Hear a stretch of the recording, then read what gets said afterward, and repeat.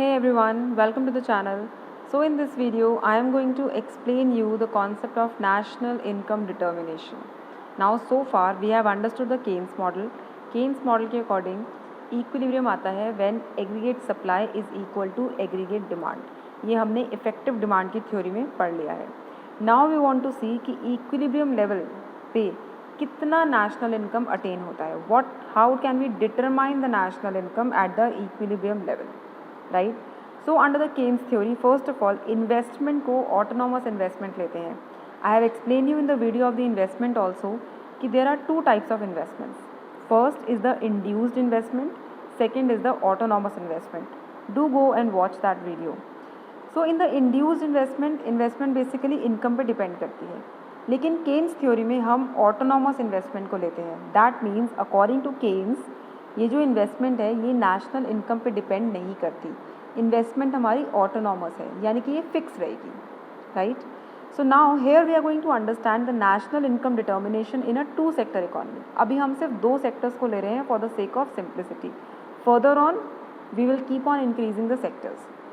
So according to Keynes national income is determined at where aggregate supply is equal to aggregate demand. और क्योंकि ये सिर्फ two sector economy है, aggregate demand is equal to consumption plus investment, that is C plus I. Consumption वो expenditure है जो house holds करते हैं और इन्वेस्टमेंट्स वो एक्सपेंडिचर है जो बिजनेसेस करते हैं. और यहाँ पे सिर्फ टू सेक्टर्स हैं, household and business. So this is where the national income is determined in the two sector under the Keynes model. Let's do an example. तो यहाँ पे एक न्यूमेरिकल क्वेश्चन है. Given the consumption function is 100 plus 0.75y. Now remember in the consumption function video we have understood ये 100 क्या है, ये 100 है autonomous consumption. That means जब इनकम ज़ीरो होगी तब भी a person will consume 100 rupees worth of item. तब भी वो 100 rupees का एक्सपेंडिचर करेगा ही करेगा, चाहे वो लोन ले या डिस सेविंग्स करे, what ever. Right. And this 0.75 is MPC, marginal propensity to consume, यानी कि अपनी इनकम का कितना परसेंट हम एक्सपेंडिचर में यूज़ करते हैं. तो 0.75 का मतलब है मैं अपनी इनकम का 75% कंजम्पशन के लिए स्पेंड कर देती हूँ. If you have not seen the video, do see all those videos, that will clear your concepts. The link is there in the description box. तो कंजम्पशन फंक्शन हमें दिया हुआ है 100 प्लस 0.75y और इन्वेस्टमेंट दिया हुआ है 200. I have told you it is an autonomous investment, यानी कि ये फिक्स है, हमें दिख रहा है ये इनकम पे डिपेंड नहीं करती है. वाई में अगर कोई चेंजेस आएंगे तो इन्वेस्टमेंट में चेंज नहीं आएगा. So this is 200 fix. Now we want to find the equilibrium level of national income, यानी कि मुझे वो लेवल ऑफ नेशनल इनकम ढूंढना है जहाँ पे एग्रीगेट डिमांड यानी कि C plus I will become equal to aggregate supply. So let's see. So according to Keynes, equilibrium is y is equal to c plus i. अब यहाँ c plus i में I will put these values. ये जो हमने values यहाँ पे निकाली हैं वो हम इस equation में put कर देंगे.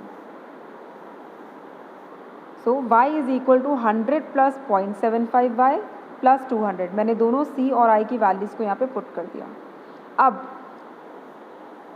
दिस 0.75y, इस 0.75y को मैं इस साइड ले जाऊंगी क्योंकि ये दोनों के दोनों क्या हैं, y वेरिएबल्स हैं. राइट. तो इसे हम लेफ्ट हैंड साइड पे ले जाएंगे. So I get y minus 0.75y is equal to 300. 100 plus 200 को हमने ऐड कर दिया. इसको फर्दर सॉल्व करेंगे. 0.25y is equal to 300 and y is equal to 1200.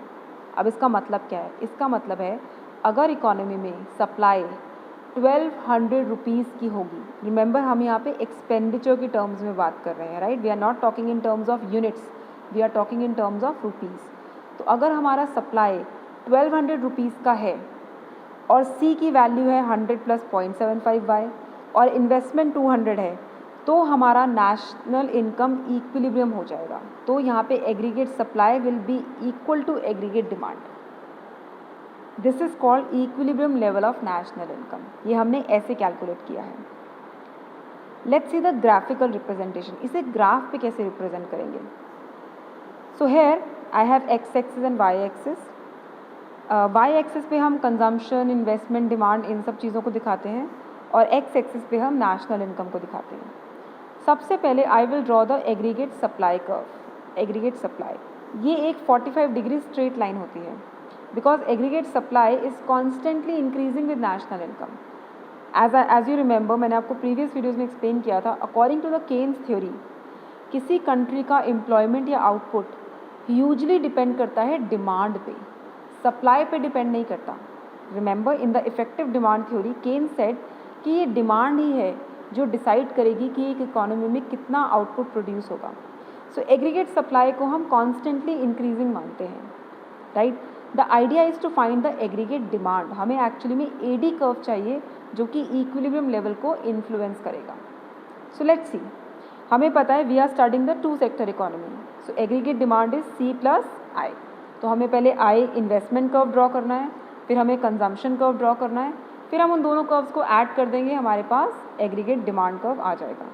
So let's C, this is the investment curve. Remember, investment क्या है? Autonomous है, investment fix है, इन्वेस्टमेंट का इनकम से कोई कनेक्शन नहीं है, so it will be a horizontal line. Consumption line हमने कंजम्पशन फंक्शन में स्टडी किया है। कंजम्पशन लाइन एक अपवर्ड स्लोपिंग लाइन होती है क्योंकि कंजम्पशन इनकम पे डिपेंड करती है, right. And you should also remember कि कंजम्पशन यहाँ पे y इंटरसेप्ट से स्टार्ट होती है, y इंटरसेप्ट से स्टार्ट होती है। Why? Because zero level of income पे भी कुछ कंजम्पशन होता है। सो दिस इज़ द, ये है हमारा consumption line. Now I want to find out the aggregate demand line. It is very simple, aggregate demand is C plus I।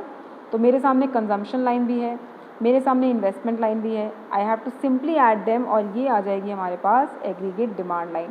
It will be a parallel line upward to consumption line. अब ये parallel क्यों है?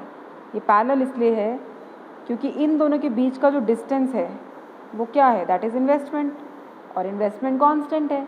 And because the investment is constant, इन दोनों का distance भी constant रहेगा, that's why they are parallel to each other. So here I got the aggregate demand line. Now I see AD is equal to AS at point E, और यहीं से अगर हम वर्टिकल लाइन ड्रॉ करते हैं तो हमारे पास equilibrium level of national income आ जाता है। This is how we determine the national income in a two sector economy. It's a very simple concept, simply y is equal to C plus I. Good, I hope you all have understood this. In the next video, I am going to explain you the national income in a 3-sector economy. Thank you so much everyone for watching. If you like the video, please give me a thumbs up. Do subscribe to the channel and share this video with your friends. Thank you so much everyone.